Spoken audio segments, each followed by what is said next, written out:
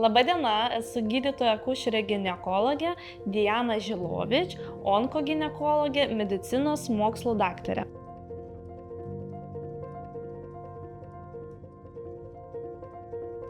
Tai tikriausiai labiausiai motyvuoja pacientų šypsena, jų sveikata, sėkmingai atlikta operacija ir taip pat tikriausiai labiausiai motyvuoja, kai pavyksta užbėgti vėžiui už akių ir nustatyti ligos diagnozę ankstyvoje stadijoje arba kai yra ikivėžiniai pakitimai. Ir, aišku, galima sėkmingai įveikti ikivėžinius pakitimus ir onkologinę ligą.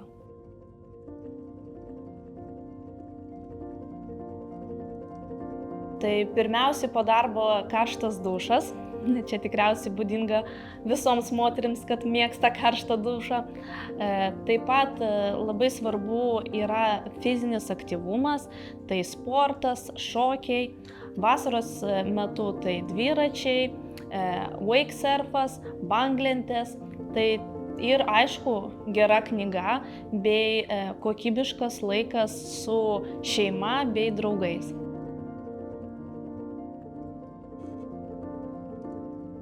Man labai patinka istoriniai romanai, taip pat psichologinės knygos.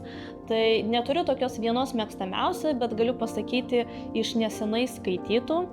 Tai profesoriaus Laurinaičio knyga Kaip žuvis vandenyje. Labai puikia knyga kiekvienam. Taip pat iš istorinių romanų man labai patiko Petro imperatorė, V. Impress knyga. Tai tikriausiai šitos paskutinės man labiausiai patikusios knygos.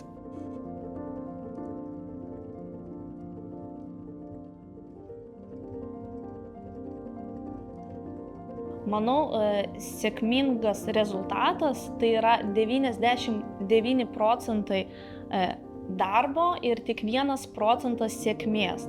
Tai manau, tai galima vadovautis kiek asmeninėme gyvenime, taip ir darbe. Taip pat mėgstu sakyti, kad klinikoje, ar ne, gydant žmogų, svarbiausias yra pacientas. Taip, labai svarbu ir aplinka, ir kolektyvas, bet visada reikia nepamiršti, kad svarbiausias yra pacientas. Ir tikriausiai, kalbant apie profesinę sritį, tai manau, kad 50% sėkmingo gydymo taip pat yra pokalbis atviras su žmogumi, viską jam detaliai paaiškinti, papasakoti ir tai, kaip sakoma, žodis gydo.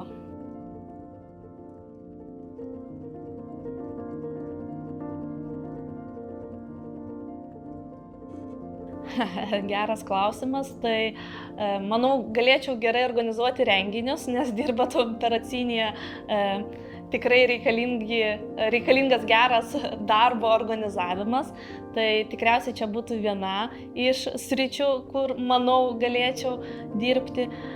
O kita, tai čia tokia iš gal svajonių ar tikrai neįvykdomų šiam gyvenime, tai visai norėčiau išbandyti banglenčių sportą ir dirbti šioje srityje. Jeigu turite ginekologinių klausimų arba norite profilaktiškai pasitikrinti, arba turite onkoginekologinių problemų ar vėžinių susirgimų šeimoje ir norite konsultuotis su gydytoju ginekologu, onkoginekologu, kviečiu apsilankyti Gerovės klinikoje.